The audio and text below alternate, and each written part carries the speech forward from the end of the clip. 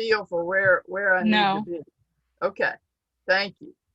And so we will start out with, I'm going to give you a little overview, and this is just going to be talking to you. So listen up.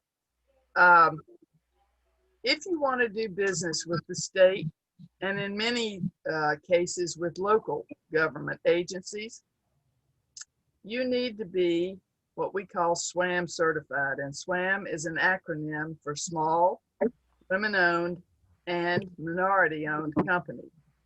This was the first designation we had, and it came about in 2006. Tim Kaine was the governor. He signed an executive order essentially saying our small businesses in Virginia find it very hard to compete with large businesses because they have depth, they have people, they have capital, they have all the resources they need to do work.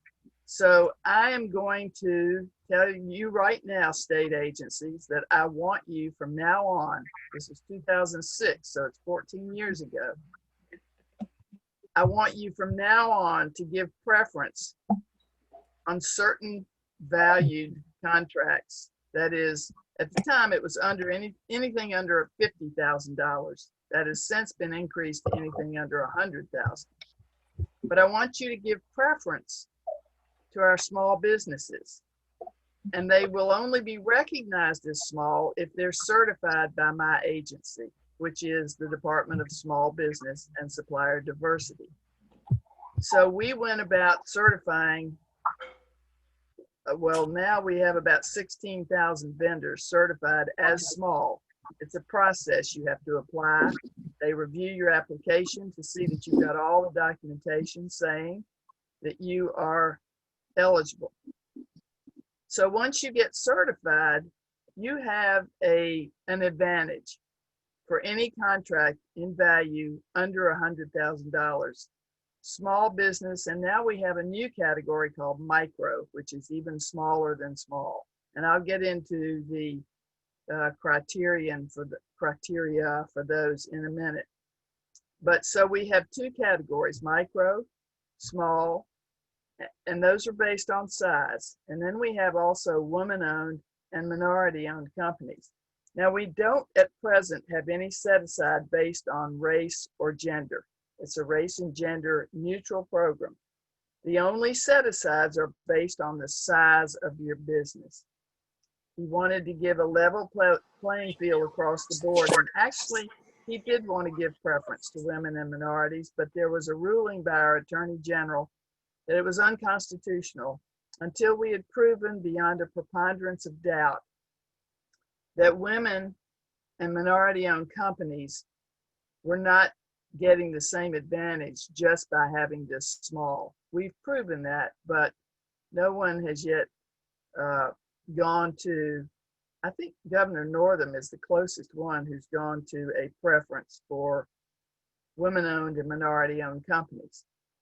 So this is the number one thing that a small business needs to do to get their company ready to compete. There's absolutely no reason for you not to get certified. It's free. It's a relatively easy process if you're a business person and you've got all your documents in order. So you want to get certified to have that preference that I've been speaking about. The second thing you need to do is register. And this is a registration. It's not an application. You simply sign up to be registered in EVA. That's little e, capital V, capital A. It's Electronic Virginia. It's Virginia's marketplace. So those are the two things, and those are what I'm going to zero in today on. Mainly today, what I'm going to cover is the step-by-step guide to get certified. And let me just say that a lot of people think this is a daunting application when they look at it. But we're not asking for any documents that a bona fide business should not have.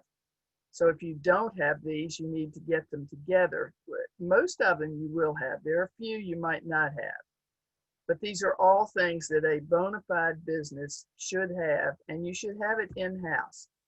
If you have a lawyer who incorporated you or who made you a limited liability company. Oftentimes the attorneys will say, oh, well, let me keep your records in my office. That's all well and good, but you should never go without having a copy in your possession. That is, in your house, in some safe place where you can get to them easily, because one never knows. When attorneys die, they move on, they retire. And I've had so many instances where if those papers get lost in the shuffle. So I caution you to always keep copies of anything to do with your business in your possession. So with that said, I'm going to share my screen, and we're going to talk a little bit about SWaM certification. So my agency, as I said, this is our website, and this is the acronym for Small Business and Supplier Diversity. So www.sbsd.virginia spelled out .gov. And that's where we're going to go eventually to show you how to get certified. So let me move here. I hope I'm going to be able to advance. Linda, are you there? I'm here. Okay, why is this not advancing? Ah, there it goes. Sorry. Okay, so our agency's goal and mission is to promote access to the Commonwealth of Virginia's contracting opportunity and ensure fairness in the procurement process for small business. We've left that off, but this is our mission statement. But we have 4 areas in our agency, if you will. One is access to capital. We have in our department, which is an agency, all state agencies are referred to as department, such as Department of Transportation, Department of Corrections, Department of Education. So ours is a department. And within that, we have a division called the Virginia Small Business Financing Authority. There are loans, micro loans to be had. There are also grants. We have a huge grant right now. It's called the Rebuild Virginia Grant. And the small VSBFA, we refer to it, is administering that grant. So as a business, if you fall into one of the eligible categories and you apply for the loan, you have to have a complete application, but it will be reviewed and you can get up to $10,000 grant money. But this is not for everyone. It's for businesses that were impacted severely during COVID. So, i.e., they had to shut their doors. So grocery stores would not be, convenience stores would not be eligible, but restaurants or beauty salons or spas had to close their doors. So they can apply and get up to $10,000 based on the monthly expenses they are eligible to cover. If you got money from the PPP, can you still qualify? Yes. Yes, you can. If you got, well, at first, when we first came out with this grant, one of the guidelines was that if you had gotten any governmental money, like the PPP loan or EIDL loan, you could not receive this grant money, but they've changed that. They've taken that out. And it's evolving. We still have a lot of money to disperse. So I think we're going to see a change next week, as a matter of fact, on some of the criteria. But and Linda, would you write this in the chat? The website, what is that? It's Governor Northam's website. So I think it's rebuild.governor. I'm not sure. I'll get to it in a minute. We need to put that website in there. I'll look it up while you're talking. You can Google Rebuild Virginia and it pops right up. And if you could put that in the chat, that would be helpful. Okay. Okay, so the second thing we do is advocate for small business. So every year the General Assembly meets January, February, March, and we have people from our agency who go over and speak with senators and delegates in the House of Delegates to talk about what will be helpful and what will not be helpful for small business. We watch any bills that any of the state legislators promote, and we see whether or not we think they're advantageous for small business or not, and we go over and we lobby for those 2 months. And we've been very successful, but there's some things that pass through we would rather hadn't. Business development and outreach is my section. We support you through workshops, training, one-on-one appointments, access to resources, anything you need that's within our wheelhouse to conduct business with state and local government agencies. We are here to help you. So that's my mission. And then certification is a big part of it, because that is what gives people the advantage. And we have different certifications, such as the micro I spoke of, small, women, minority owned. And then we have a federal designation, which is called disadvantaged business enterprise. That's only open to 7 classes of minorities and women. White males who own a business would not be eligible for this unless they could prove that through physical handicap or some other handicap, they've been socially disadvantaged.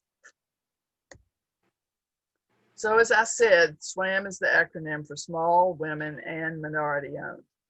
The Commonwealth of Virginia has this program, but now we've got several other programs. This was the first one that came out, and it's still the foundation, if you will, for all the other certifications we have developed. And it is to enhance your procurement and contracting opportunities. So small business, here are the eligibility criteria. For a small business, you can have no more than 250 employees, or, not and, you don't have to meet both of these. So if you meet that criteria of having less than 250 employees, you're eligible to be certified as small. But there is another criteria that they put in there, and I really don't know why, because you could not possibly sustain 250 employees if you only made $10 million in gross receipts averaged over a 3-year period. But this is the one that everybody qualifies on if you have less than 250 employees. If you're going also to be certified as a woman-owned business, the business must be at least 51% owned and controlled. This is the big one. A lot of people think that, particularly in situations with husbands and wives, a husband hears that it's advantageous for the company to be owned by a woman. So he gives 51% of the ownership to his wife, but he's still controlling the day-to-day operation. He is also the highest paid employee in the company. He holds the highest office. That would not qualify as a woman-owned business. She must be running the day-to-day, one or more women must be running the day-to-day operation. And the same goes for minority. If you had 2 owners who are, let's say one is a non-minority and the other is a minority, if the non-minority is running the business day-to-day, and you look at his resume and he's got all the experience, and he has simply gone into business with somebody because he heard it was advantageous to have a minority-owned company, we're very well trained to see that, to investigate, and to understand pretty quickly that he's not running the company. So it can't be in name only that they own 51%. They have to have the experience and the expertise and the control of the day-to-day operation. As I said, micro is smaller than small, so it's much more restrictive, but it still takes in an awful lot of small businesses in Virginia. And this one, you do have to meet both criteria, so this is an and situation. So you can have no more than 25 employees, and you can make no more than $3 million a year, averaged over a 3-year period.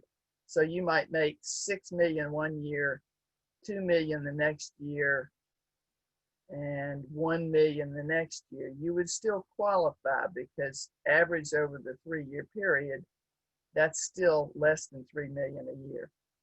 Okay. Well, now it's really 16,000. So this is a little old. I haven't updated these numbers, but we have more than 16,000 approved SWaM certifications. And we've got almost 700,000 businesses, 97 of which are small in this state. We have over 5,500, and I'm sure that number's larger than that too. This slideshow was done pre-COVID, and we've processed a lot of applications since then. In 2016, the Commonwealth spent 37% or 2.4 billion.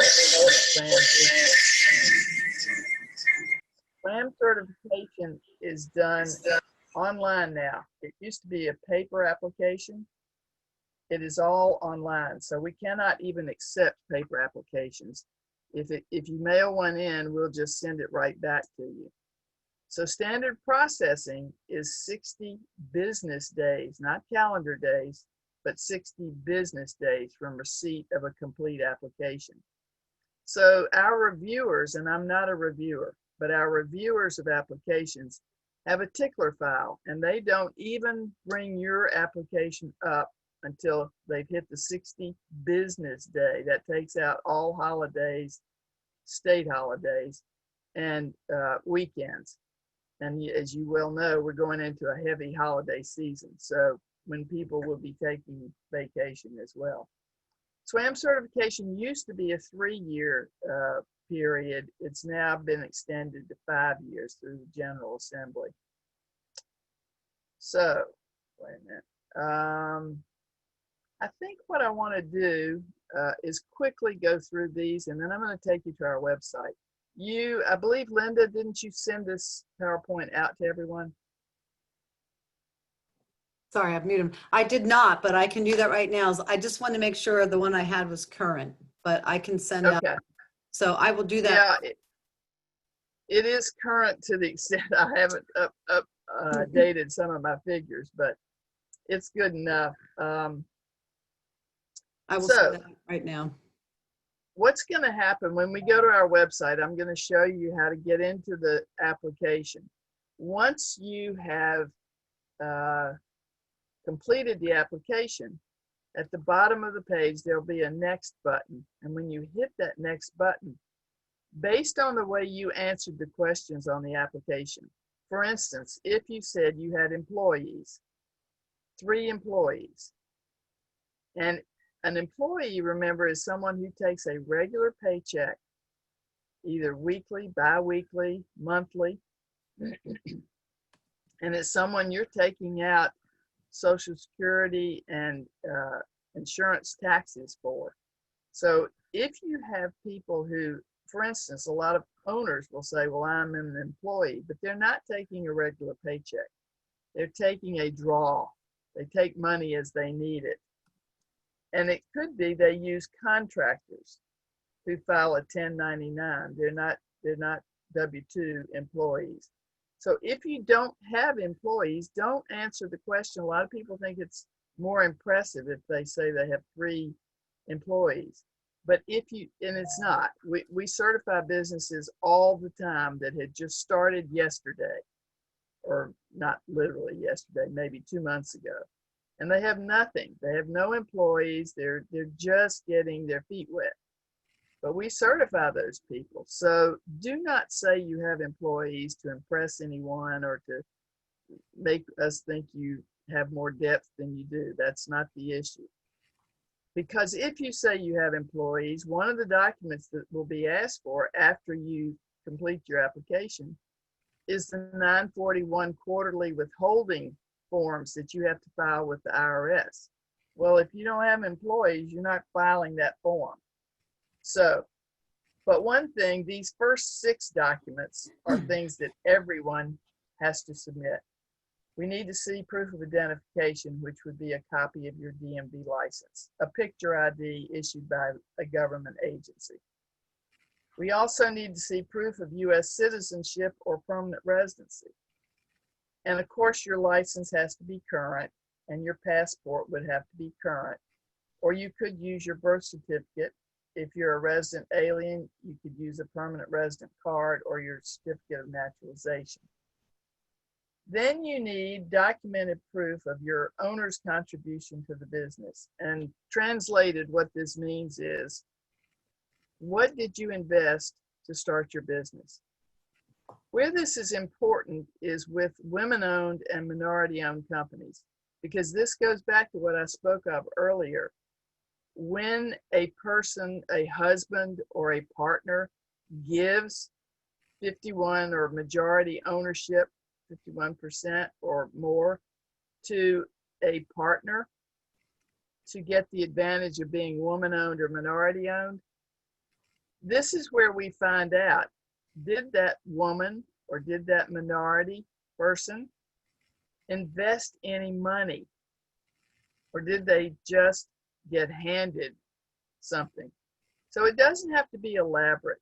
And if you're older, if your business is older than 5 years, you actually can write a paragraph and say, I graduated from high school, I had a computer, I used a room in my house and the furniture in that room, and that's how I started my business. If you're older than 5 years, if your business has been started within the last 5 years, you're going to need to show some sort of canceled checks, or either opening a bank account or investing in office products, office equipment, or investing in a location, something that will show that you actually started the business. And I must tell you that if you're a woman-owned business, those funds cannot come out of a joint account with your husband. If that happens, they will say, well, who knows whether it was his money or her money. So you have to be very careful if you're going for that extra designation of being woman-owned or minority, and you have to have your ducks in a row to prove that that is in fact the case. And the fourth thing is a resume. This also goes back to, if a husband gives a trucking business to his wife, and she's been a banker or a teacher or a nurse for 25 years, and that's on her resume, and he's been in the hauling business for 25 years, and she holds the office of secretary treasurer or vice president, and he holds the office of president, that's not going to bode well for being a woman-owned business. It would not be considered a woman-owned business. If it's woman-owned or if it's minority-owned, the person holding themselves out for those particular designations must hold the highest office in the company. They must show that they've had the experience and the expertise, the training, certification if they need it, to run the business day to day. So those two things, the proof of contribution and the resume, are really to see if what you're telling us is in fact supported by documentation. And number 5, if you have any professional licenses, if you're a contractor, you'll need to submit a copy of your contractor's A, B, or C license. If you are some sort of medical health professional and you need some certification, say for CPR, any sort of licenses you need to operate your business, we need to see a copy. This also would include business licenses. And in several jurisdictions, well, many, you might not be obligated to have a business license. And you can write that paragraph and just say, I live in Spotsylvania County and they do not require a business license for my particular kind of business. Our reviewers may want to see documented proof of that from the clerk of it would be the Secretary of Finance or something in your jurisdiction. But you can submit the paragraph and usually that suffices. All right, so then they want business tax returns for the current year and previous 2 years. The reason it's 3 years, and this has not changed, much like my PowerPoint, even though we've extended the duration of a certification to 5 years, they're still operating on the fact that it used to be a 3-year certification. They really should be asking for the current year and the previous 4 years, but they haven't turned that page. So you need to submit your tax returns, and if you don't have any, that's fine. What we'll need then is, if you're incorporated, you will have to have a letter that you got a letter from the IRS giving you a tax ID number and assigning it to your business's name. We'll want to see a copy of that. But if you do have tax returns, if you had income, and you'll answer this question on the application, if you show that you had income over the last 3 years, then we're going to want to see your tax returns. And as I mentioned earlier, if you answered that you had employees,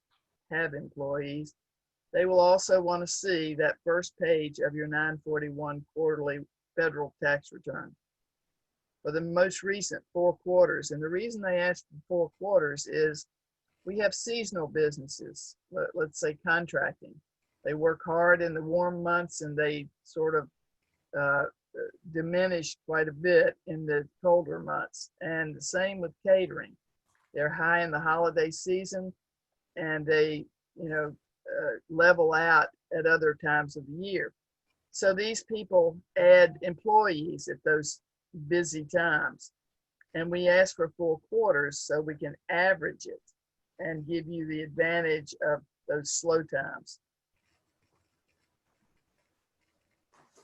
So additional documents, those 7, actually, they have one here somehow, but additional documents that will be required are based on the structure of your business, how you formed it, whether you're a corporation or you're a limited liability or you're a sole proprietor.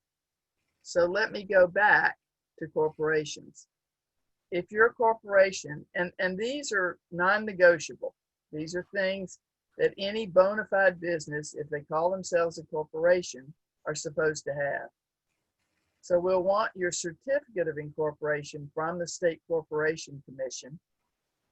And that is something you file articles of incorporation to get, and then you'll receive your certificate. We want to see both. So we want to see a copy of the articles of incorporation and any amendments. And we also want to see the certificate you received. And then you're supposed to have corporate bylaws. The bylaws speak to who has controlling authority in the corporation. So if you're a very small mom and pop situation, mom and pop owned company, it might just be the 2 of you. But these articles are what are going to tell any legal entity who has control of the business. And this also, sometimes people will say it's a woman-owned business, and then you read the article, the corporate bylaws, and it doesn't say that in the bylaws. It actually says the person holding the highest office, or the person who, let's see, how can I? They're just ways when they look at the bylaws, they can read it, and if it says that the person holding the highest office, and that is still a male, and they're going for woman-owned, it's not going to fly. So as I said, you need your ducks in a row. You also should be having stockholder meetings at least once a year, because when you're a corporation, you issue shares of stock. That pretty well defines, well, it does define ownership. So if you have 100 shares of stock, and the woman has 51 shares and the man has 49 shares, she is the the majority owner on paper. But we also want to see who's running the business day to day. And from those stockholder meetings, you should be writing minutes. So they want to see And you may not have a board of directors, but you will have to have stock, and they want to see both sides of the stock certificates and the stock ledger. Stock ledger says these are the, at the very beginning, these are the shares of stock that were issued, who they were issued to, what date they were issued. And the ledger, if someone sells some of their stock, the ledger would reflect that.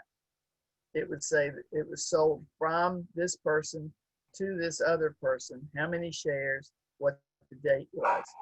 They want to see that. And that, you know, if you say we don't have them, they're going to say, well, then you're not eligible as a corporation to be certified. So limited liability company has what we call certificate of organization. So the corporation was a certificate of incorporation. The limited liability company, or LLC, better known, has a certificate of organization, and that is also received from the State Corporation Commission. We want to see a copy of that. And you had to file articles of organization with the State Corporation Commission. We want to see a copy of those. And then the operating agreement for an LLC is much like the bylaws for a corporation. And you may say, well, I'm only a one-member LLC. I don't need an operating agreement. Theoretically, you do. And in this instance, practically, you do.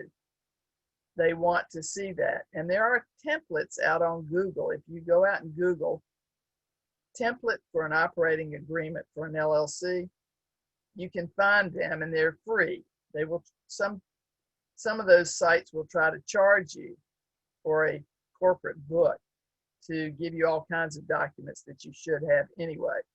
But it is free, and you can read through it. It's a boilerplate kind of, you know, standardized form. You just have to read it and be sure of what you're inserting and where you insert your company name and so forth. So if you're a sole proprietor, you're not incorporated, you're not an LLC, we want to see your current business license. And again, if you don't need one, that's fine. But you need to support that with either a paragraph saying it's not needed, or you can go to your Secretary of Finances, usually, who, or the Treasury for your jurisdiction. If it's Spotsylvania County, it's the Department of Finance. They usually issue current business licenses. And you can say, do you have anything that would, you know, document the fact that I don't need a business license? If you have a certificate of fictitious name, this means that unless the sole proprietor is in John W. Jones' name, if it's John W. Jones operating or doing business as Royal Health Spa, then you need to have a certificate of fictitious name, because if it's not your name, if it's, when you're a sole proprietor, if it's not the proprietor's name and nothing else, it is a assumed, or what we call a trade name. So it would be Courtney Mustin doing business as the dog walking company. And I would have to go to the clerk of the circuit court in the jurisdiction where I live. I live in the city of Richmond. So I would need to go to the clerk of the circuit, not the district court, but the circuit court in Richmond, and say, may I fill out a form to get a fictitious name? And we want to see your certificate that you get saying you've gotten that fictitious name. If you're a franchise, we need to see that. If you're a partnership, we need to see that. So those are the documents, and I'm gonna take you to a page that you can print out that is a little bit easier to follow. But here's what will happen, and I'm going to take you here in a minute to do it live. But when you go to our application site, It's certification-application, well, app.sbsd.virginia.gov. If you don't have a username, if you have never applied for certification, or let me say this, if you applied, let's see, prior to, I'm trying to remember what the date was. I believe it was 2017 that we went online. But if you've applied and you ever got a username and password, then you can use that again. But otherwise, you need to register. So you will click register, and it will take you to this page where you put your full name, and you pick your username and your password, and then you confirm your password. You put your email address in, and you click register, and it will send you an email saying, we received your registration. Please confirm the link. And you'll click on this link, and then it will say, here it is, thanks for registering. Please click on the link below to activate your account. And so you'll confirm your account, and it expires in 8 hours. So if you don't do it within 8 hours, you'll have to start all over. But once you click that link, it'll say activation complete. Your email address is verified. You can now log in. So when you close that, it'll take you back to the login page, and you log in using your new username and password. And what will pop up is this screen. And it'll say, I either want to link to an old application or I want to create a new application. But it's the same button for either one. What's different is if you click this button, the first question they ask is, have you ever applied for SWaM certification? If you have, under this particular tax ID number, because they're going to ask you for your tax ID, and it's going to say, here's your application, it will pop up. But if you say no, and we actually have an application in the system, because we never delete these applications. And even the ones which had been done manually, when we converted to an online system, we brought those over. We put them in the system. So even if you applied for SWaM certification when it was a manual situation, your application will be in there, because whether you completed it or not, you were assigned a certification tracking number, and we keep those applications. So it will pop up. Or if you say, no, I've never applied, and you put your tax ID number in, it's going to come back and say, there's already an application in the system. So you need to think hard about whether you've ever applied. And if you don't know what your certification tracking number was, I can supply that for you. But then once you go through that, this is pretty much a step-by-step guide, and I cannot go through this online with you. I can take you up to this point. So this is why I'm doing it in PowerPoint.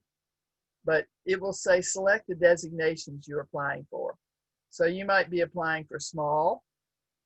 And remember, I said micro is smaller than small. So it's 25 or fewer employees and no more than $3 million a year in gross revenue, gross receipts, averaged over a 3-year period.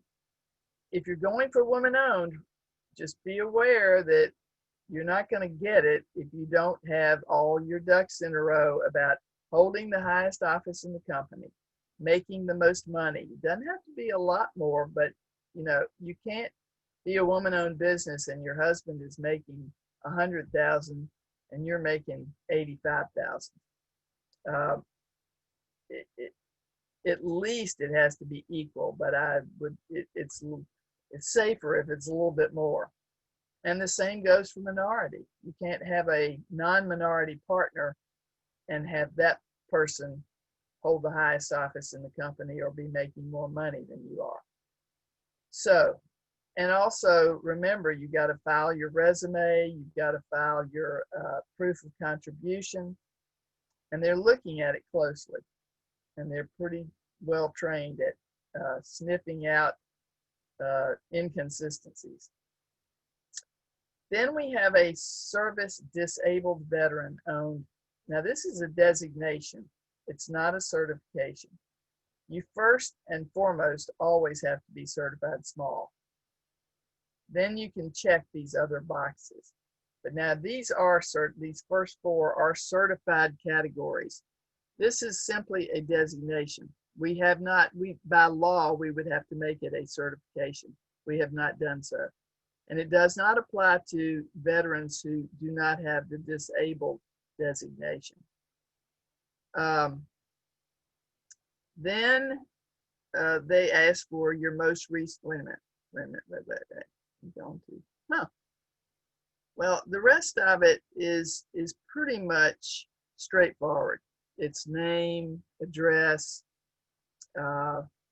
contact information. It's just very easy to follow. But as I said, when they ask for how many employees do you have, say none. If you have none that you're filing 941 quarterly withholdings for, say none. If you're not getting a regular, either weekly, bi-weekly, or monthly paycheck, don't say you have employees when you don't. They might be contractors and you pay them by the job, but they're filing 1099s for their tax returns. An employee files W-2 forms. So at the end of the application, it will, okay, so you see here, you finish the application, check the box. The next thing is to, excuse me, upload your documents.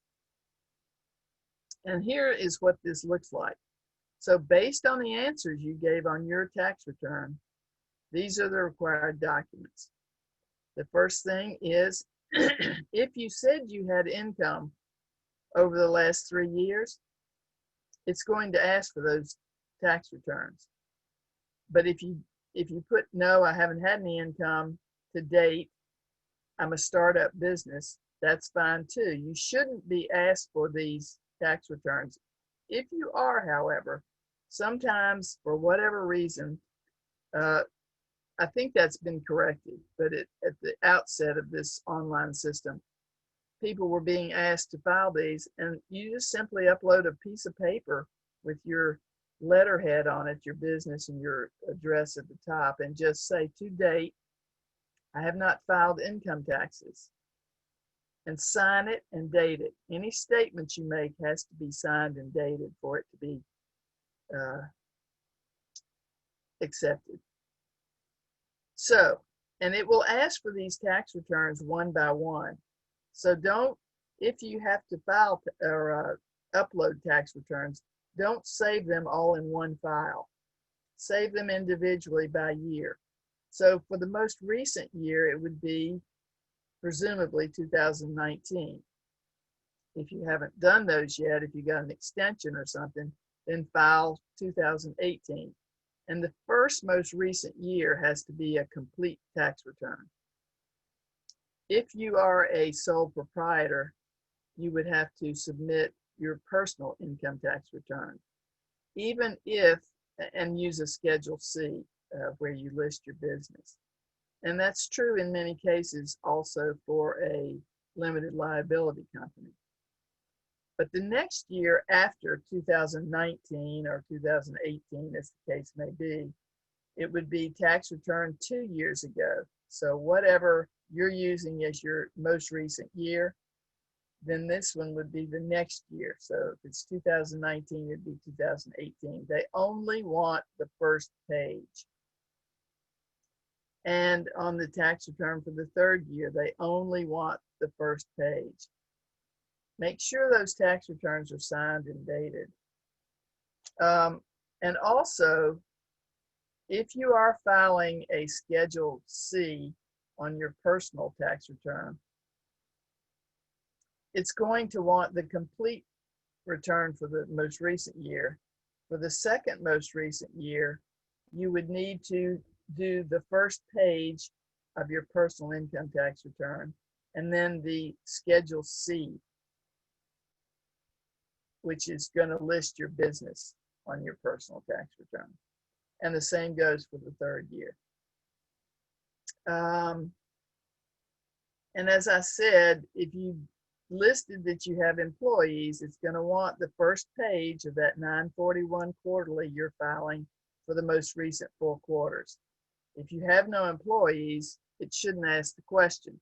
But again, if it does, say, we have no employees at this time. But if you say that here and sign it and date it, it must also be consistent with the answer you gave on your application. You can't say on your application, we have 3 employees, and then here say, we have no employees. They have to match. Then it'll ask for that proof of identity, which remember is the driver's license or picture ID issued by a government agency. And then proof of citizenship or permanent residency would be either your current passport or a birth certificate or your permanent residency card. And there are a few other documents which we went over, but see these buttons? Also, let me caution you, always save.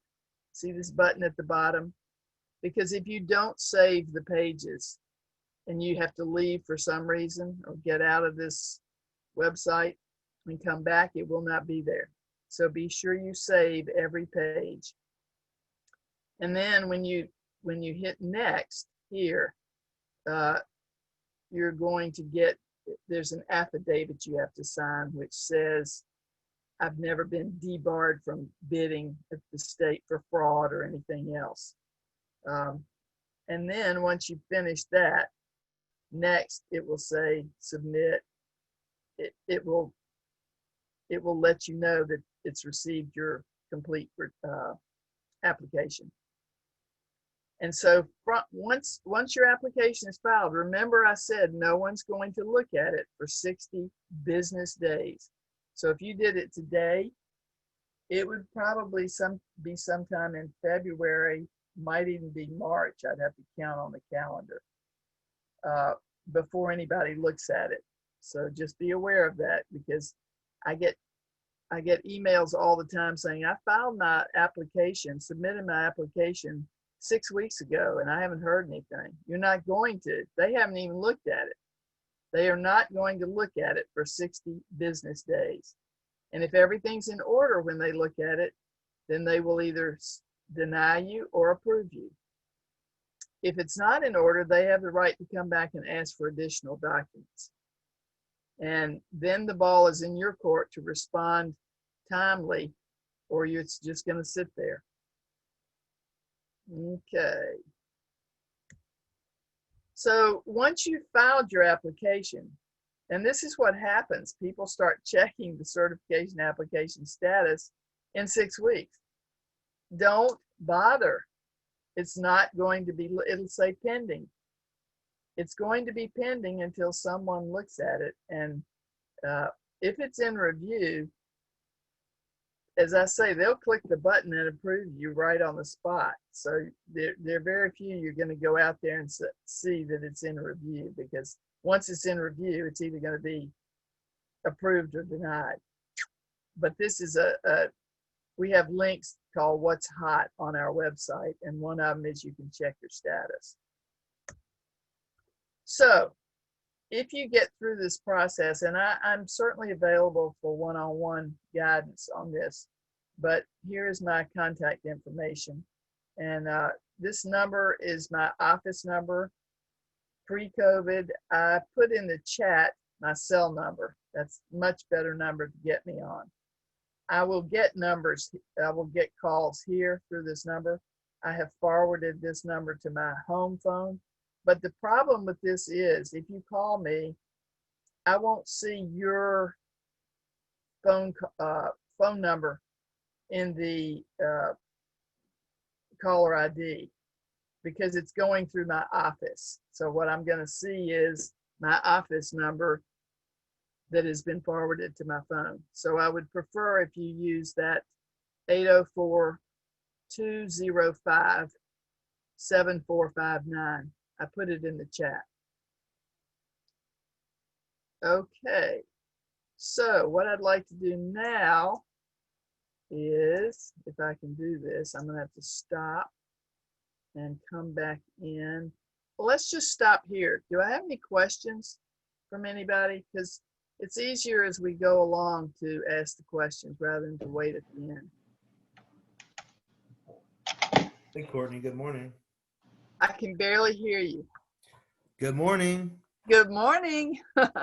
Yeah, so I have a question. Okay. Going back towards the beginning, talking about the Rebuild Virginia. Sorry that I'm just now asking it. Yes. So That's all right. if my business was not established during the virus, COVID, during the spring. No, it had to be in operation before March 12th. Okay, that's my question. And then also on this filling out the application, once I click on new application, should I use my EIN or my social security number? Does it matter?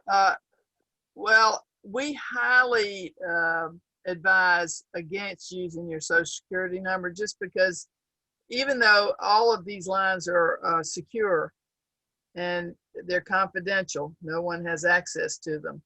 I just think, do you have an EIN number? Yes. Well, then, yeah, by all means, you should use that. Are you a sole proprietor? LLC. Okay. No, definitely you should use your EIN. Okay. Yeah, because you're certifying your business, not yourself. Okay. So, yeah, it's tied, your tax ID number is what we will use to eventually match you up in EVA. That's another story. But yes, just take my word for it. You should use your EIN. Okay, thank you. How do you file your taxes? Do you file a separate return for, well, I guess you haven't filed if you weren't in business before March 12th. Correct. So are you planning to file as a separate entity or as a Schedule C on your personal return? I haven't got that far. I haven't figured that out yet. Okay. Sorry. Okay. I haven't All right. even, I haven't Any had my other- first contract. I have not hired my first employee. So I'm just trying to get things built up to start on January the 1st. Okay. Well, it would be good for you to go ahead and get certified because you have much less documentation to submit. Yes, ma'am. That's what I'm doing. That's what I'm doing now. Good. Okay. Anyone else have a question? Hi, Courtney. This is Sid. I do have a question. A little bit earlier, you mentioned about how to answer as far as employees go. I am a single member LLC, and when I file my taxes, I do file as a Schedule C. So therefore, I take draws, and I'm not paid, salary per se. So in that situation, when they are asking me about employees, should I answer 1 employee or 0 employees because of how? No.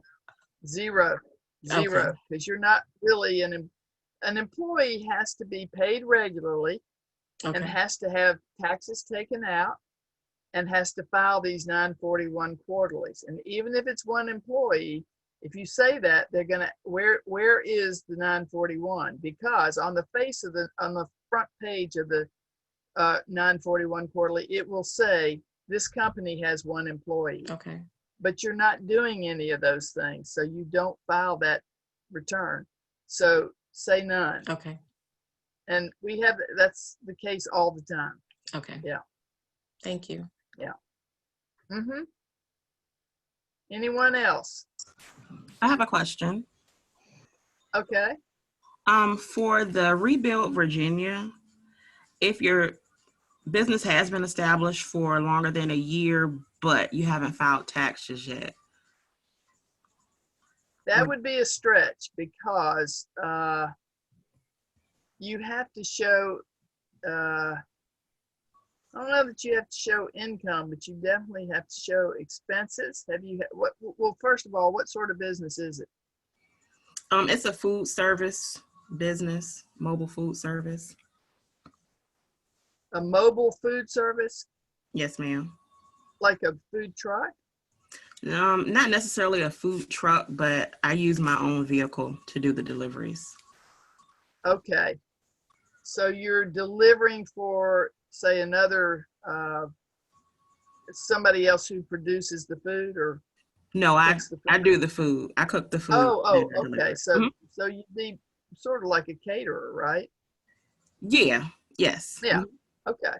Um, hmm. I have to think about that for a minute. Okay. Because I didn't I'm file gonna a Schedule C because I didn't know about it when I filed my regular income taxes. I just really found out about it, but in the process of doing like an income statement. right. Yeah, they would want to see that for sure. Okay. So, Yeah. if that would suffice, the income statement on the IRS form. Right. Okay, now this grant is going to cover expenses that are related to COVID and how they were extra expenses to you, not just straight. I don't know. No, I'm wrong about that. I tell you what I want you to do. Mm-hmm. I am not a lending officer, and I'm trying to help get the word out about this grant. Okay. But I'm not the authority by any stretch. So take down this email address, if you will. Okay. Her name is Linda, Linda, Mm-hmm. dot Tackett, T as in Tom, ACKETT, Okay.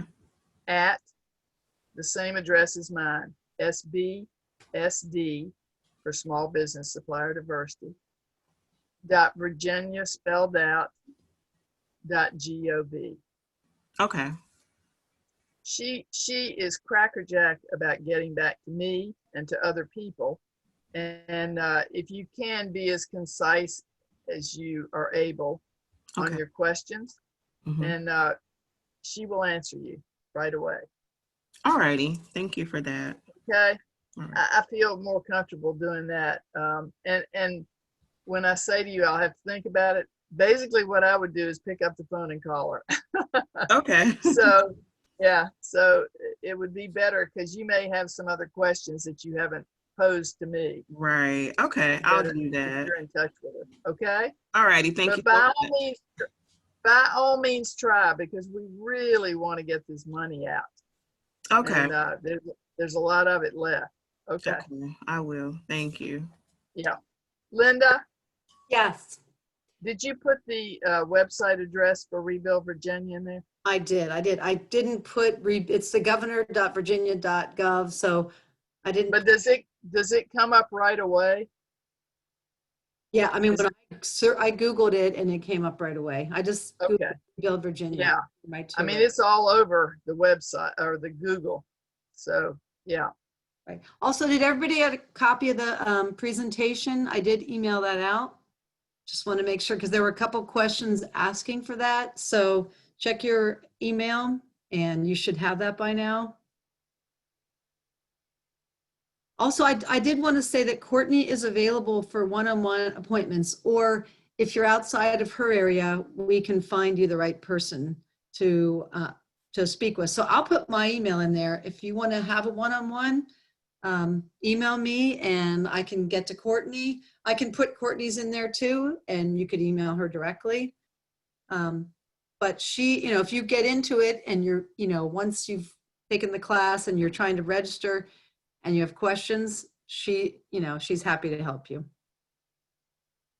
So, okay, Courtney, we have one other question. My wife and I own our business 50-50. We are both minorities. Would we still be able to be SWaM certified? Absolutely. You'll in any instance, you will qualify for small if you have less than 250 employees. That's the only criterion you need to meet. You'll also qualify for micro if you have less than 25 employees and you make less than $3 million a year averaged over those 3 years. Now, in a 50-50 situation, you will get minority status because both of you are minority. But you will not get woman-owned status because your wife would have to own at least 51%. That's majority ownership. But not only the ownership, it's a two-pronged evaluation. Remember, I said she has to be running the day-to-day operation, and she has to have the final say-so in any disagreement you all have, or if you don't agree on the way something should be done, she's the boss. And that has to be documented through these various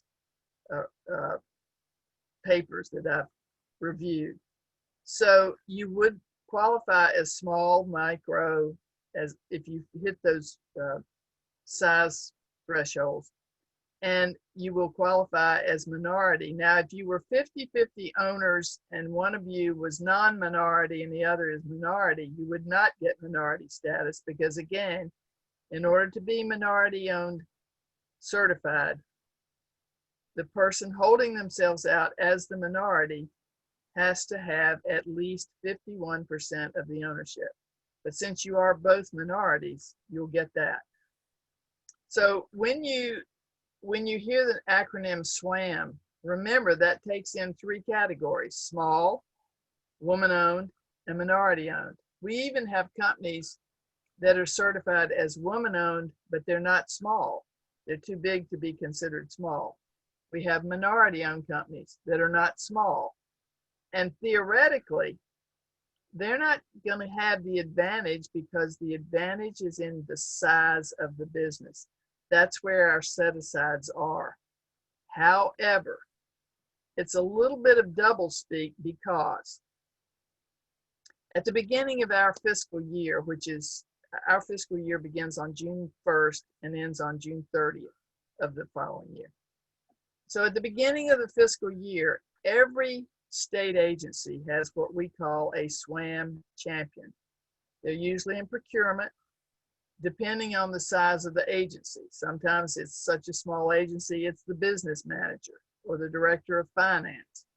But someone has the responsibility to set up a SWaM plan for the year. We send them out the template, they fill in the blanks. One of the questions on that plan is, let me see your projected spend by percentage of your discretionary budget with these areas. And we set columns. Here's a column for small, women-owned business, minority-owned business, micro business, service disabled. So while we have no law saying that you have to give a preference to a company bidding on projects based on their race or gender, in essence, we're asking them to set an aspirational goal of a percentage. So let's say they want to spend 8% of their discretionary budget for the year with minority-owned companies and 8% with women-owned companies. Then basically there is a preference. It's not in law because we couldn't do that. It was unconstitutional, they said. But there is a preference because each agency sets up some kind of a goal for what they're going to spend with these companies. So in answer to the man's question, yes, you would definitely qualify for small and probably micro. I don't know what your size is, and minority owned. But people think when they hear the acronym SWaM that they have to qualify for all 3 of those categories. That's not the case. Take each one of them individually. You can be small and that's it, or you could be small and woman owned, or you can be small woman and minority owned. It's, you can jumble it up, but you would qualify for small, definitely. Any other questions? Courtney, there's a couple questions about the 60 days. Okay. What's the reason for not looking at completed apps for 60 days? And then the backlog. Yeah. the after backlog. 60 days. We have so many applications, and some of them are very take a lot of time to go back and forth with the applicant to get the right papers, and it's time consuming. So, and that was 60 days was in place long before COVID. I mean, we have a staff of, I think, 4 reviewers for these, and it's time consuming.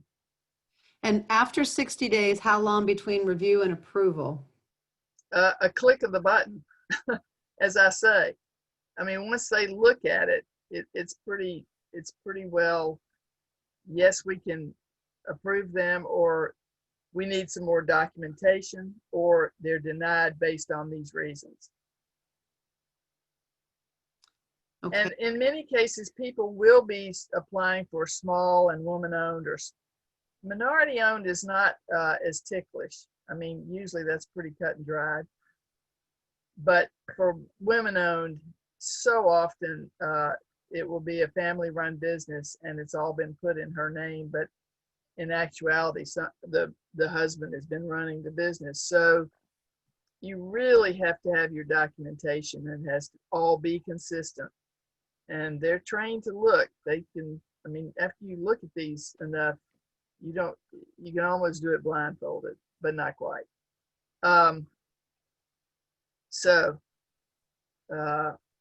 It's pretty quick that they will make a decision.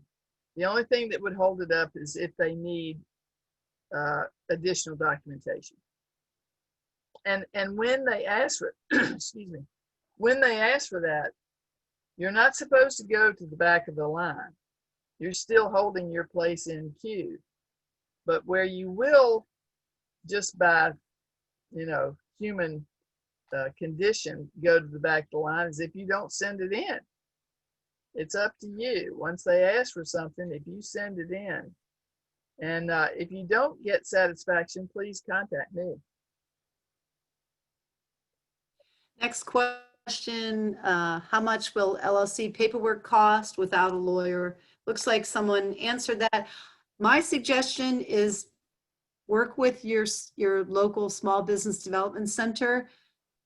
If you haven't established, what you're going to be yet, they will help you figure out what's the best entity for you, and they can also guide you and where to get good advice. So my suggestion is contact your local small business center before you do that.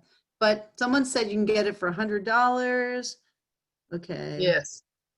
All right. I mean, that's the last time I checked. It's usually, there's a filing fee. And here's something else that people don't realize. For limited liability, I believe it's $100. And for a corporation, it's based on the number of shares you authorize. So I've seen people who think they're going to be General Motors Corporation, and they decide to authorize 30,000 shares of stock. Well, there is a percentage of those shares related to what you pay. So it's better to go with, I think it's under 25,000 shares and that's a huge amount. I mean, if you're a small corporation, you only need probably 100 shares at most. So be careful about that. But I think the filing fee for both is the same as long as you keep your corporate shares under, I believe it's 25,000. All right, how about, I have a question about what is an affiliate, as we have teamed with other companies through a teaming arrangement and a joint venture, and I want to know how I need to list those. Okay, an affiliate is by definition in the state of Virginia, and this is law. An affiliated company is one whereby an owner of one company and the one you're certifying, any owner has at least 10% ownership in another company. So what used to happen early on in this procedure was you'd have huge companies that wanted a piece of the pie on the preference scale. So they formed wholly owned subsidiaries, or they formed what we call now affiliated companies. that only had, 10 employees, but they were doing all the paperwork for them and they were supplying all the capital they needed to operate. And they didn't tell us that. I can think of a sign company. There was a Lamar Advertising does billboards all over the state. You'll see their billboards and it'll say Lamar Company or Lamar Advertising on it. They formed a company to create signs, these directional signs when you're going off the interstate and it says food, gas, lodging. They make those signs. They created a small company to do that.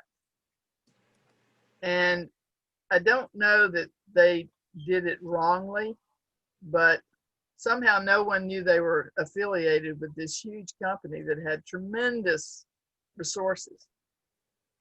So someone passed a bill in the Senate, well, the House and the Senate, saying, okay, from now on, you need to tell us if any owner of the company you're trying to get certified has at least 10% ownership in any other company.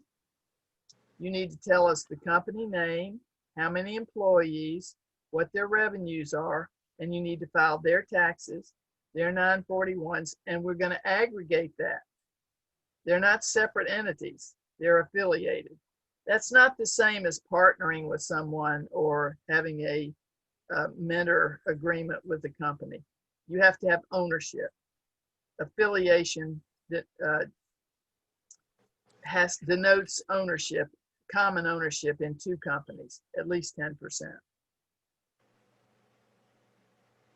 If you get rejected for certification, can you reapply? And how long do you have to wait? And like what you need to show?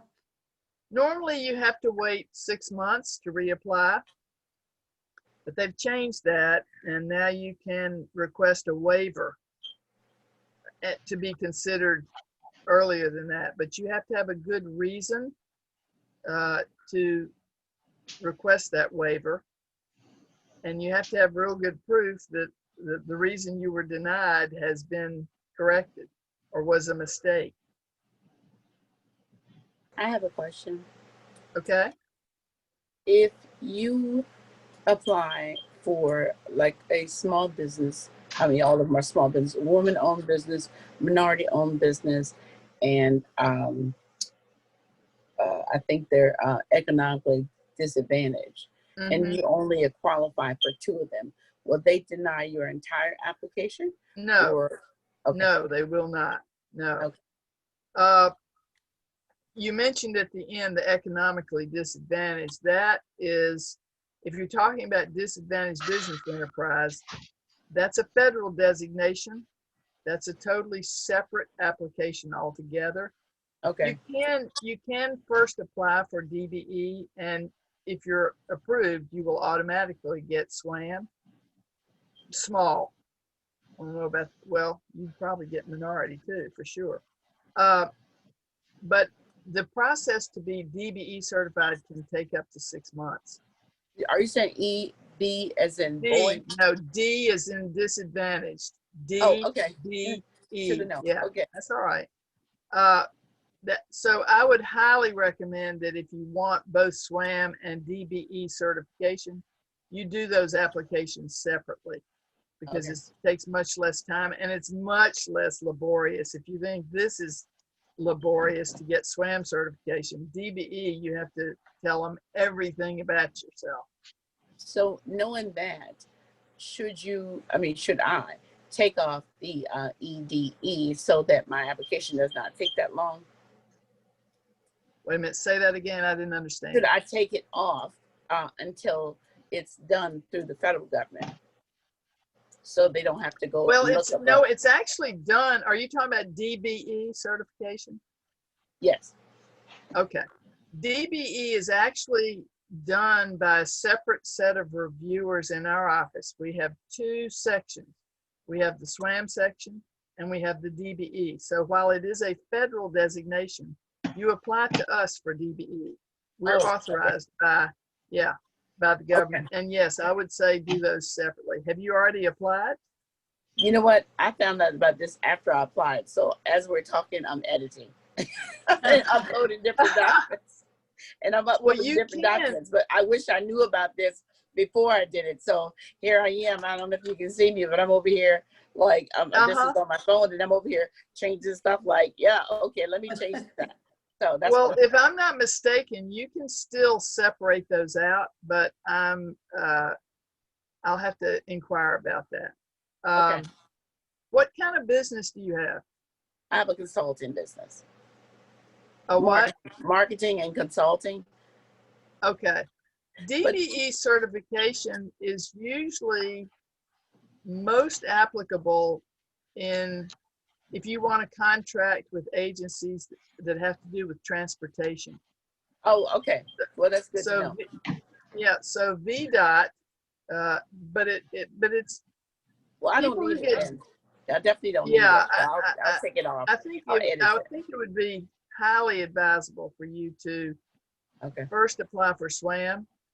Okay. And then get the DBE. But unless you're going to work with things like Department of Rail and Public Transportation or the Department of Transportation, you're really not going to use DBE very much. It's not going to buy you anything, if you will. And then I have You muted. I can't hear you. Sorry, I heard I muted. I'm sorry. Okay. Now you muted again. I can't hear you. Can you hear me now?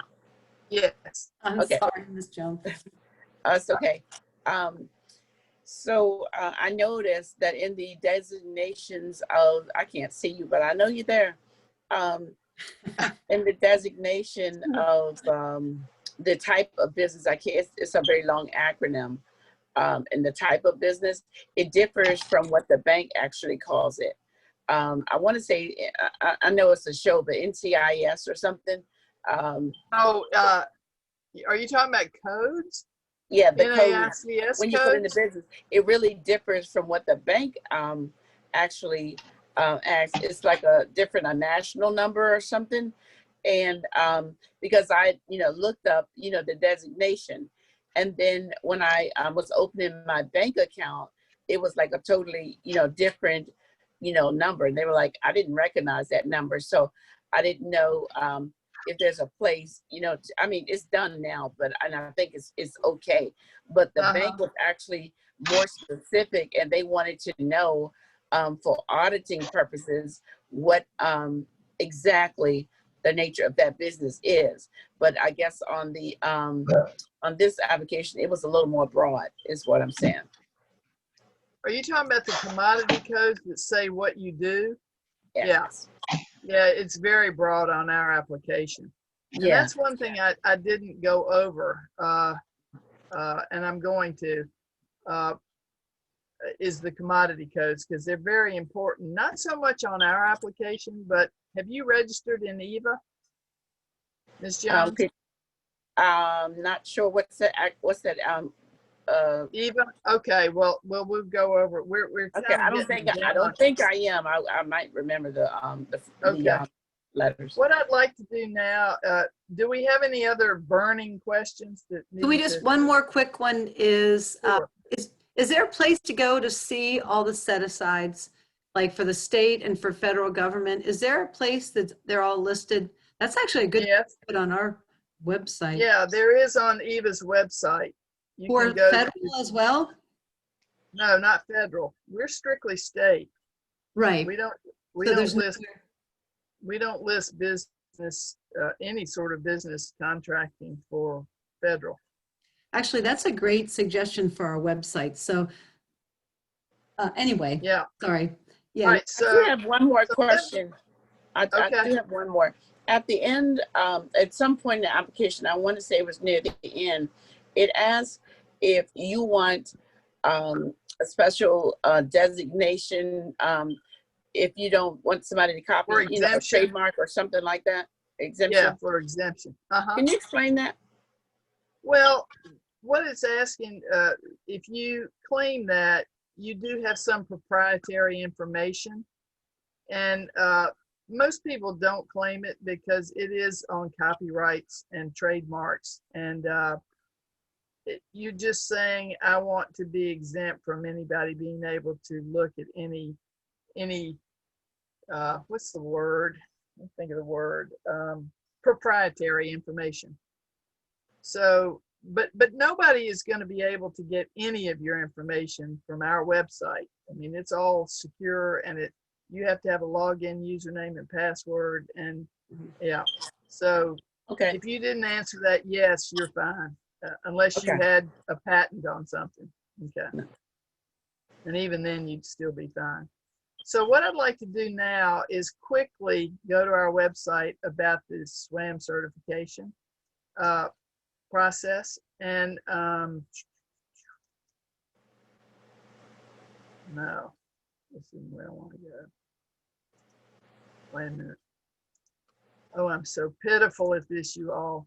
No, can you call it up now? Like just click on a, I thought I could. Hold on. yeah, you I were had in the it right open. place, I think.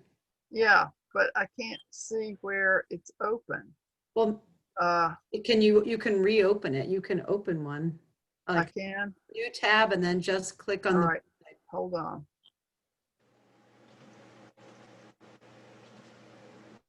Can you see that? Yes, but it just says join the Zoom meeting. Yeah, so maybe click. I can't. You were Why did where you were before, and I think. I know. Why did it go away? What is this? Let me just go here. All right, so. Yeah, now click a new, there you are. Can you just click on that? Okay. There you go. Perfect. All right, so this is our website. And when you get here, and there's our address, you want to go to Certification Division. These are tabs at the top of the homepage. So this will take you, and these what's hot links are over here, but if you read, you should read all of these and just go down to certification types. And it describes what a SWaM designation means. It describes what micro means. This is service disabled veteran. This is historically Black colleges and universities. I wouldn't think that applies here. This is DBE, and this ESO is Employment Services Organization. It's things like Goodwill Industries and Virginia Industries for the Blind that employs both physically and mentally challenged people. So it's the only nonprofit. Every other business has to be a for-profit business that we certify, and that was due to heavy lobbying. So I'm going to click on SWaM. So you always apply, the application is first for SWaM, and then remember I showed you the boxes you can check. You can check micro, you can check woman-owned, you can check minority-owned, you can check service disabled veteran. So, and this again, this shows you that it certifies the following designations. I would just read through all this stuff so the more you hear it, the more it sinks in. But over on the right is the certification application portal under what's hot. These links, what's hot, and it's down toward the bottom, certification application portal. So you click here, and this is where you register.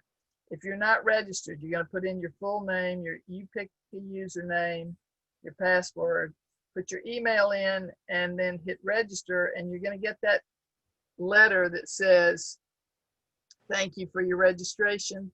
Please confirm this link. Go through that process. So this starts you off with the application.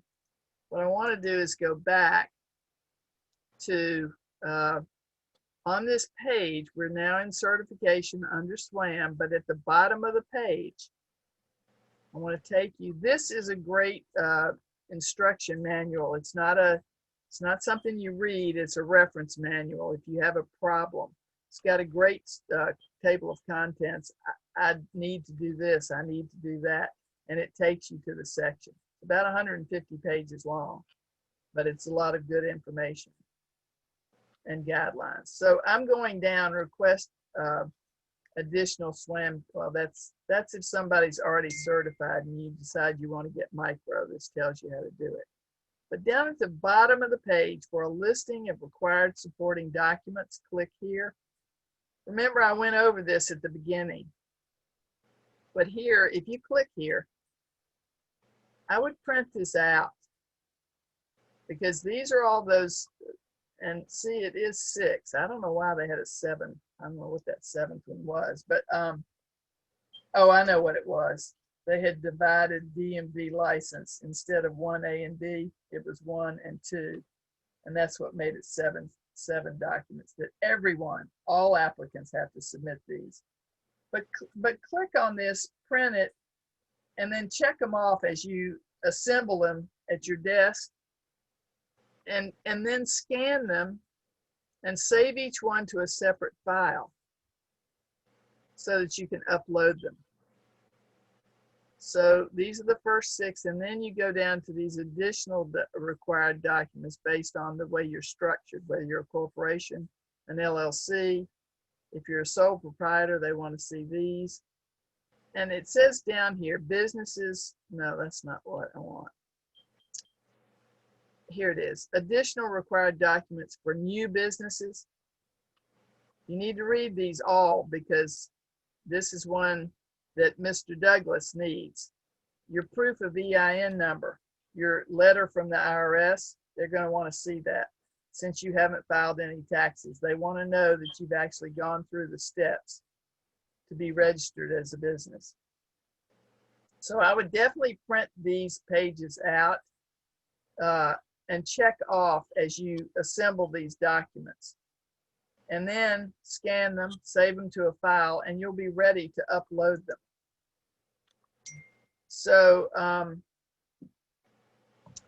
So, you're ready to go on SWaM certification. Now, I am often in workshops like we're in right now. So Linda, would you put Olinder Jones's name in the chat for me? Sure. It's Olinder Jones. He's our customer service lead, and his position is that he sits at his computer and his phone and answers questions 7 hours a day, 5 days a week. He's very good. He's very patient. And if you can't get hold of me, I want to give you his name and his number in case you have a quick question and you're sitting on go ready to proceed with this application and you're hung up on something. It won't let you proceed and you don't even understand why. So his number is 804-593. What? I'm trying to get your information in there. Sorry, I'm just copying all your contact information in. Yeah. I'll find him and I'll put it in there because I've looked it up before. Well, here, let me just give you the number. Just write it down on a piece of paper. Okay. Olinder Jones, and it's 804-205-7459. Okay. And his email is just like mine, olinder.jones@sbsd. But it's better to call him. Okay, so I want to go on. I want to take some time to look at EVA because this is the second thing you definitely need to do if you want to bid on contracts. You have to be registered in EVA. EVA is the Commonwealth of Virginia's marketplace, electronic marketplace. That's why it's a little e, indicating electronic. So someone asked VBO. I'm going to look at, these are all the outstanding solicitations that are open right now. And some of them have been awarded, but they try to list the ones that are open first. And you can go down and open these and read what they are. But someone asked the question, is there any place to see where the set-asides are? You see over on the left-hand sidebar, set-aside? You can expand this category. And it tells you all the solicitations that are, well, these are not all open. These are ones that have been awarded or they are open, but for micro and small. So you can look those up there. Now, I want to go back. So at the top of the page, this is the listing of all the contracts that are being posted for bidding. VIBE is the Virginia Information Business Exchange. This is a place where you can post a free advertisement for your company. And you can read these. You create your own ad just by filling in blanks. And then you do have a description. And then you also create your own profile.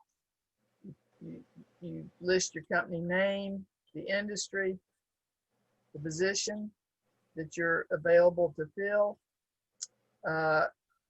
contact, and also the certifications you have.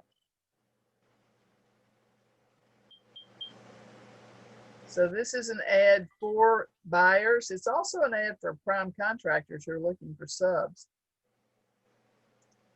But it's up to you, and I'm going to show you in a minute a training video, or I think it's a PDF file that gives you instruction on how to create your advertisement. So under this, you've got all the listings of contracts that are out there, or I should say solicitations. And then the advertising. This is open construction. If they're looking, right now they've got construction, we try to get them to list as many future procurements or ones that are open for small businesses to subcontract. And for future procurements is to look and see, well, okay, in 8 months, they're going to want this, this, and this. I wonder if I should take the chance and add so many employees or go out and get so much equipment so I could bid on this procurement. They want you to have time to get ready for it if you want to bid on it. The transparency icon or tab talks about, this is one of the most valuable pieces right here, the public spend reports. If you want a list of, these are the reports that you can run. So you can look at purchase orders if you know the number, and you can look at a summary of purchase orders for one vendor. So if you had a competitor or somebody who's in the same business as you and they're getting a lot of state contracts, you can look and see what orders they're getting. If you know the way they're listed in EVA, you have to know their name or their EVA number. And you have to have the name just as it is put in EVA. So if you put in an apostrophe and it's not there, or you leave one out and it is there, it won't come up. So you have to be very exact on how they're listed. Who's buying what I sell? This one you can run based on commodity codes and find out who's buying the same products that you sell. And it gives you a list of the buyer's name and their contact information. So it's really good. Then if you wanted to look at how much people are spending, say, for janitorial services for the state in any given time frame, you can see this here, and it'll show you, it'll list the agencies that are spending money on it. So this is just a group of, this is kind of down the line for you all. If you haven't registered EVA, you're not going to get up to speed right away to run these reports and have them mean anything. I just want you to know that that capability is there. This is a listing of all vendors, and there are over close to 100,000 vendors now in EVA registered. That means they're registered and ready to do business. You cannot bid on anything. You cannot receive a purchase order. You cannot get paid if you're not registered in EVA. And EVA is free to register, but if you get a contract, you owe EVA 1% of that bottom line of that contract, because that's what EVA charges to maintain this website. It is a wealth of information. It is so easy once you learn it to use it and to find out where there are contracts or solicitations you might want to bid on. but it takes money to keep this up. And for the longest time, the state was bearing all of the expense. And then what the state said was, well, if you're getting business from us and you're getting it through EVA, you can just consider it a cost of doing business to pay us 1% of the bottom line. However, for certified small businesses, it's capped at $500 per contract. So if you get a $50,000 contract with the state of Virginia, or for that matter, anyone who uses EVA, it could be the city of Charlottesville or Albemarle County. But if you get a contract and it's $50,000 in value, you owe EVA $500. If you're certified as a small business and you get a $100,000 contract, you still only owe EVA $500, because remember I said that 1% is capped. It can be no more than $500 per contract if you're certified.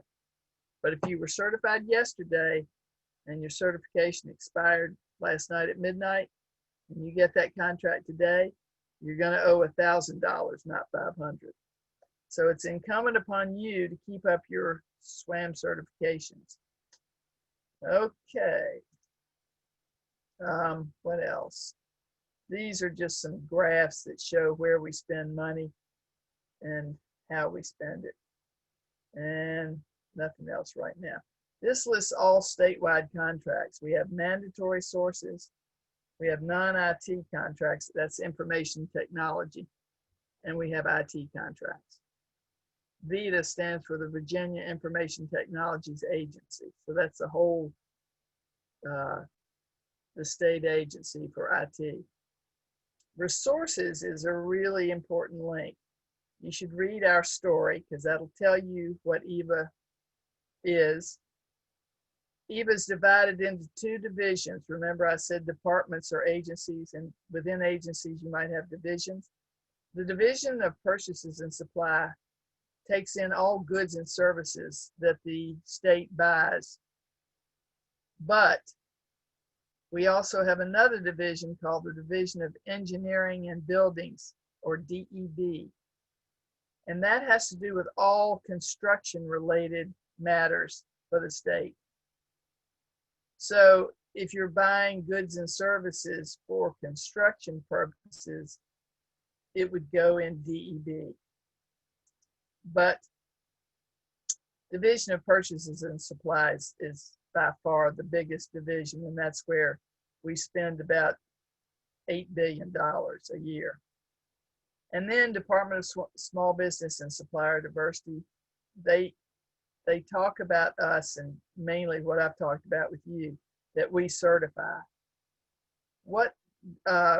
This is really important, your NIGP code lookup. NIGP stands for National Institute of Governmental Purchasing. It's a standardized coding system that many of the 50 states use to denote, both with buyers and with vendors, what goods or services they provide. When a buyer goes in to list a solicitation in EVA, they have to use a code to tell the public what they're looking for. Well, if you have that code in your profile, which you set up when you register with EVA, you're going to get an email to whatever email note address you put in as your contact that says, go to your EVA account. And that's when you have to use your login username and password for EVA, because no one else can get into your account. But go to your account and look. You may want to bid on the solicitation that has the code associated with it that you have in your profile. That's why it's so important for you to get the right codes. I'm going to take a few minutes in a minute to look at codes. All right. The other thing I want to show you, here's the button to register now, and we're going to talk about that in a minute. But the other one that's important, the tab, is I Sell to Virginia.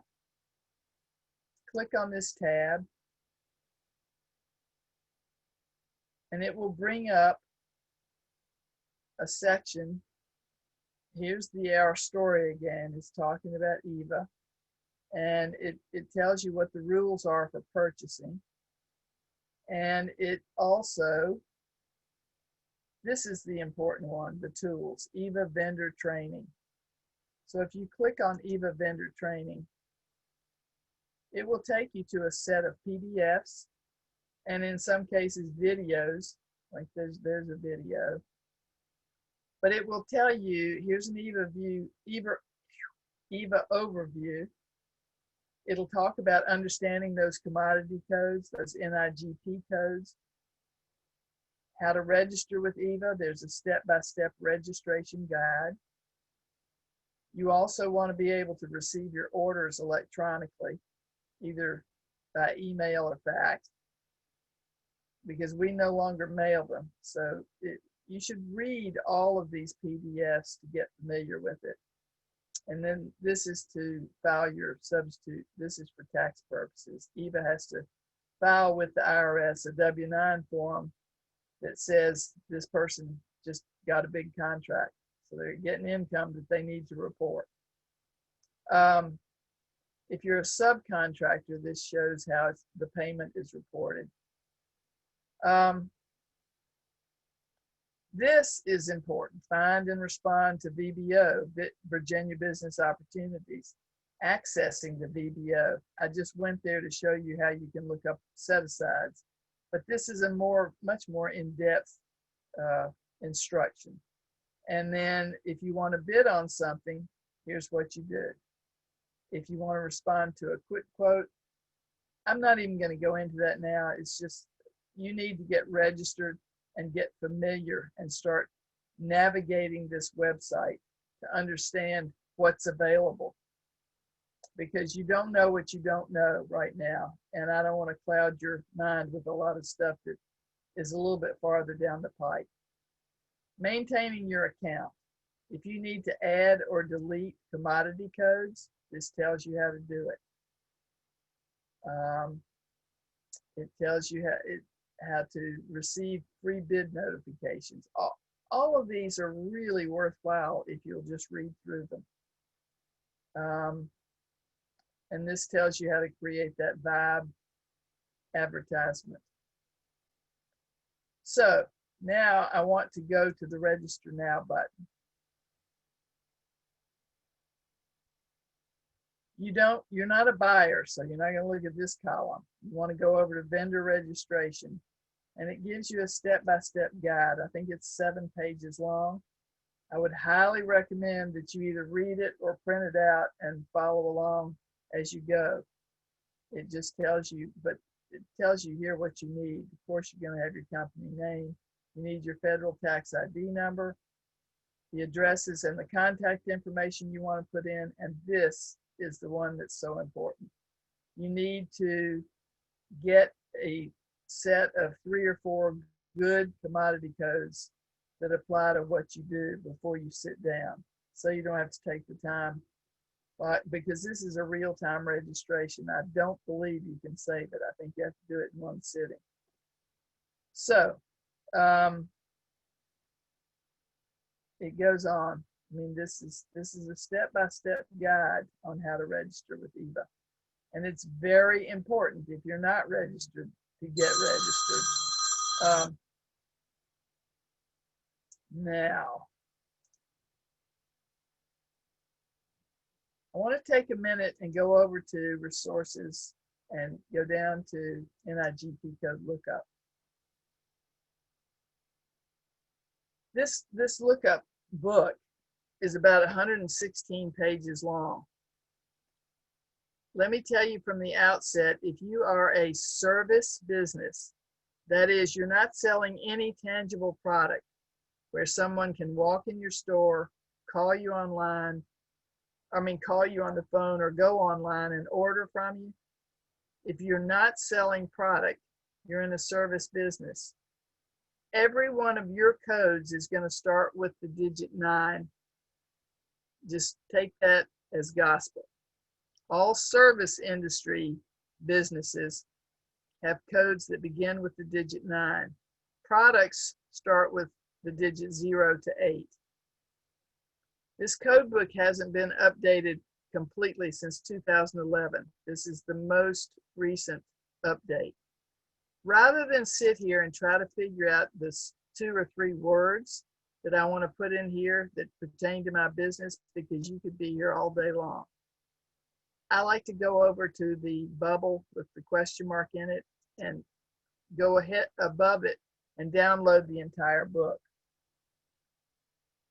So what I want to show you, these are all retired codes that have been replaced with something else. That's at the first. But if you get down to the first codes, start with 0, and they all have 3-digit root or family numbers, we call them. The families are listed in alphabetical order, so it goes from A to Z. If you look at the 3-digit code number, this is the family that falls under acoustical tile and insulating materials. To get the parent code of any family code, every one of them, you just add 00. So this is 010 and then 00. This is 019 and then 00. And if you'll notice, the parent code's description is exactly the same as the family. So the parent is the head of the family, and you could consider these the children underneath. If you put a parent code in your profile, there is no need to list any of the children. It is an umbrella that includes any of these children. And you have to ask yourself, do I really want to do that? Because I only sell exterior installation and finish systems. I don't sell any acoustical tile. I don't sell adhesives and cement. I don't sell aluminum foil. I only sell exterior insulation and finish systems. So rather than put the parent code in, whereby you would be getting solicitation notices for all of these children, you want to drill down and find the exact child that you actually provide, either the service or the product. So you would list in your profile 01045. Now, so you do that and you think, well, I'm only going to get solicitations that deal with exterior insulation. But guess what? When the buyer goes in to list this solicitation and she's looking for, what's she looking for? Insulation blown type, or well, let's just do insulation interior. She doesn't want to narrow hers down that much. Or she could be lazy. She knows that acoustical tile, because she deals with it a lot. She knows that acoustical tile comes under 01000, but she can't remember that interior insulation is 01062. So she puts in the parent code, but in the body of the description of what she's looking for, she says interior insulation. Well, now remember I said if the buyer puts in the parent code, or if you put in the parent code, all of these children will be included in any of your correspondence with Eva. So you get this solicitation that has this code on it, but it has this description, interior insulation. You say to yourself, why am I getting this? I specifically told them I only do exterior insulation. It's because the buyer put in the parent code. And so her solicitation notice goes out to every child in that family. I hope you understand that. I'm going to scroll down to page 80 because I happen to know that's where the service codes begin. So the first service code is Aircraft and Airport Operations Services. And remember I said they're alphabetical. So I'm looking for, I was trying to look for Ms. Jones, I think it is, who has a marketing business. And you could, under consulting services, one of the children in that family is marketing consulting. So 91876, but you would not want to put the parent code because you don't do audio visual consulting. You don't do alcohol and drug abuse consulting. You only do marketing consulting. So just drill in and put 91876. There is also another one for marketing and communications, I believe is what it's called. Let me see if I can get down there.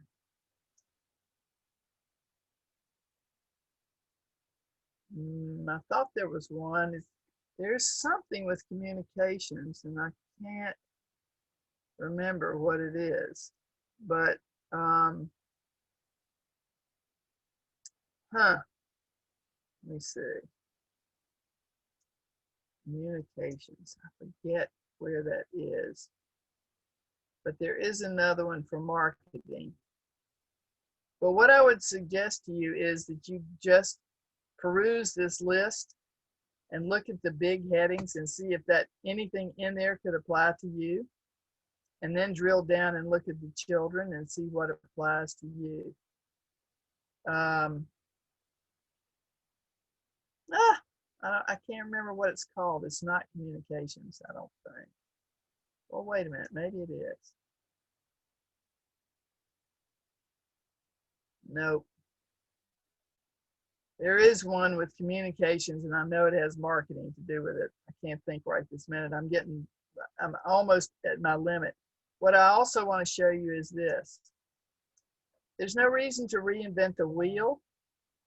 So if you can't find the codes you want, go back to transparency, the vendor list,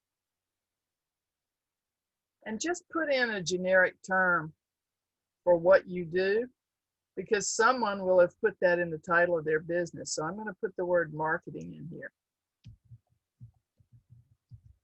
And it's going to bring up a list of companies that have marketing in the title of their business. So, and the way you can look at their profile, this is all public information. Remember, I said the only thing that only you can get into is your own EVA account. And when you register, you're going to get a username and password. So let's look at 21st Century Marketing Group. To get their profile, all you do is click on their EVA number to the left of their name. Now see, they're selling products. They have film. There's at least, I think people don't realize that this means they don't make films. They actually sell the film itself. They don't realize that because it begins with a 6, it's a product. And motion pictures. They're uninformed, but they do have education and training consulting, educational training services, course development, and so forth. That doesn't sound like to me what you do. So let's go back and see.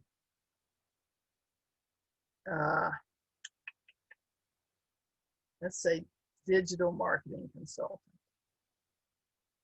So they've got all service codes. They're not certified.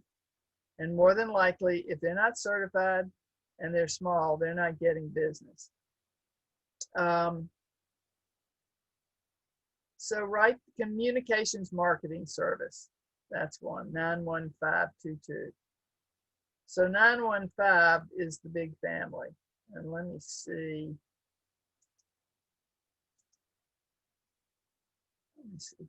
Yeah, let's go back to 915.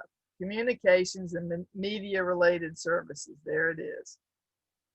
So I would go down through there and look and see of those children, which ones apply to you. I'm going to come back to the screen so I can see you. I hope. Has anyone got any questions?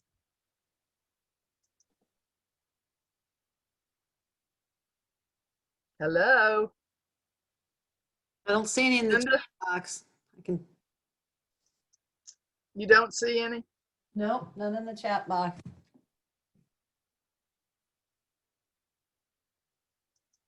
Does anyone have a question on Eva? Hi, this is Dallas and Beach. I do have one question. Okay. So if you know, like you have a competitor, and you may have already said this, and I was kind of playing around with the site, but if you have a competitor and you want to look and see what kind of contracts that they have been awarded, how do you see? Okay. Let me go back to and figure out where I am. Okay. Let me see what I want to go to. Nope. And that, I think that was the one I wanted. Let's see. There we go. Okay. So if you wanted to see a summary of purchase orders for one vendor, this is under, let me see if that won't take me back. This is under transparency. Those on the home page at the top, there are those tabs. I think the first one is business opportunities. The second one is transparency. And I think that if you hover over that, you'll see transparency or public spend reports. Click on that and you'll come to this page. So if you want to see a summary of purchase orders for one vendor, you open this. And as I said, you have to know their name. Can you give me the name? Do you want to give me the name? Sure. Allegiance Relocation Services. Okay.